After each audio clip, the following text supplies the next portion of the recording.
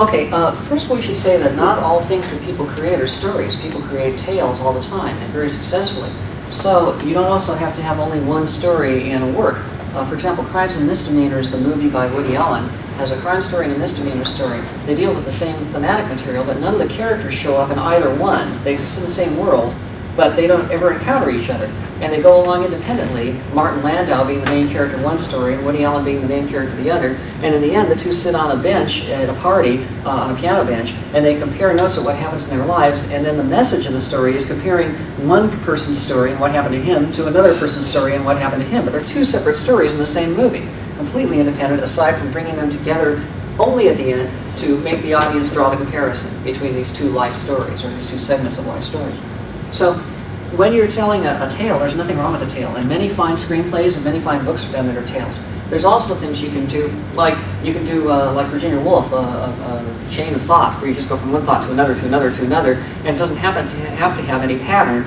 All it has to do is be an intriguing place to go next. It doesn't even have to mean anything, necessarily. It just has to be an intriguing place to go next. She kind of invented that method of writing a story. So a work, a finished work, can be a story or a tale. It doesn't even have to be a tale.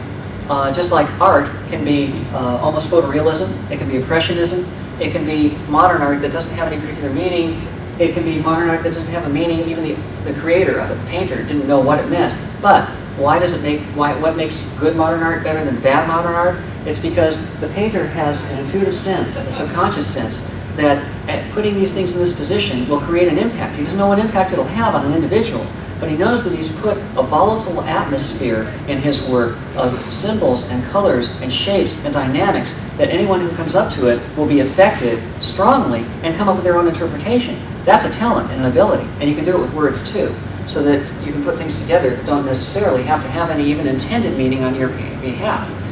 You just put in things that you know will have, like if I put up the two words here, just coming to my mind right now, as an example, dagger and tongue, okay? Now, that's going to affect all of you. I guarantee it. You all start thinking about images. Your writers, especially as an audience, you're going to think about, well, what would dagger have to do with the tongue? Is dagger in a tongue? Is the tongue used as a dagger? Is the pen mightier than the sword? What, you know? Okay? You can do all kinds of things, but you're all going to think of ideas. This will affect you. So something like that, just putting those two words together becomes a piece of art, okay? It is art, because I have intentionally done something that, other than just putting something like a shopping list, which might not affect you at all, bread and milk, you know, okay, big deal. Okay, you see it all the time. Dagger and tongue, you probably don't see all the time. And by choosing those two things, something organic and rather unprotected, and something non-organic and very dangerous, okay, together, it's going to spur some thoughts. So, when you read a novel and you see all these different things, all these techniques are open to you. No theory of structure can help with those. It's all intuitive. And that's more the kind of thing we'll be talking about tomorrow and doing that sort of thing. But structure is when you have something specific you want to communicate, a particular point you want to make, a particular message you're trying to get across, or you're trying to make an argument, as we talked about. Then you need structure, because that forms the underpinnings of your argument. Okay. So, but all this other stuff, it's neither better nor worse. It's different. Okay. And tales, you can tell great tales. Stories, you can tell great stories. Things like this, you can do that very impactfully. Intending something, or even not intending something, but just having a feel for what will move your audience or your reader.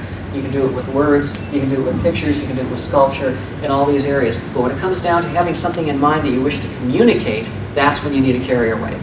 That's when you need a structure. Because you want to make sure that what you've got up here is accurately reproduced out there.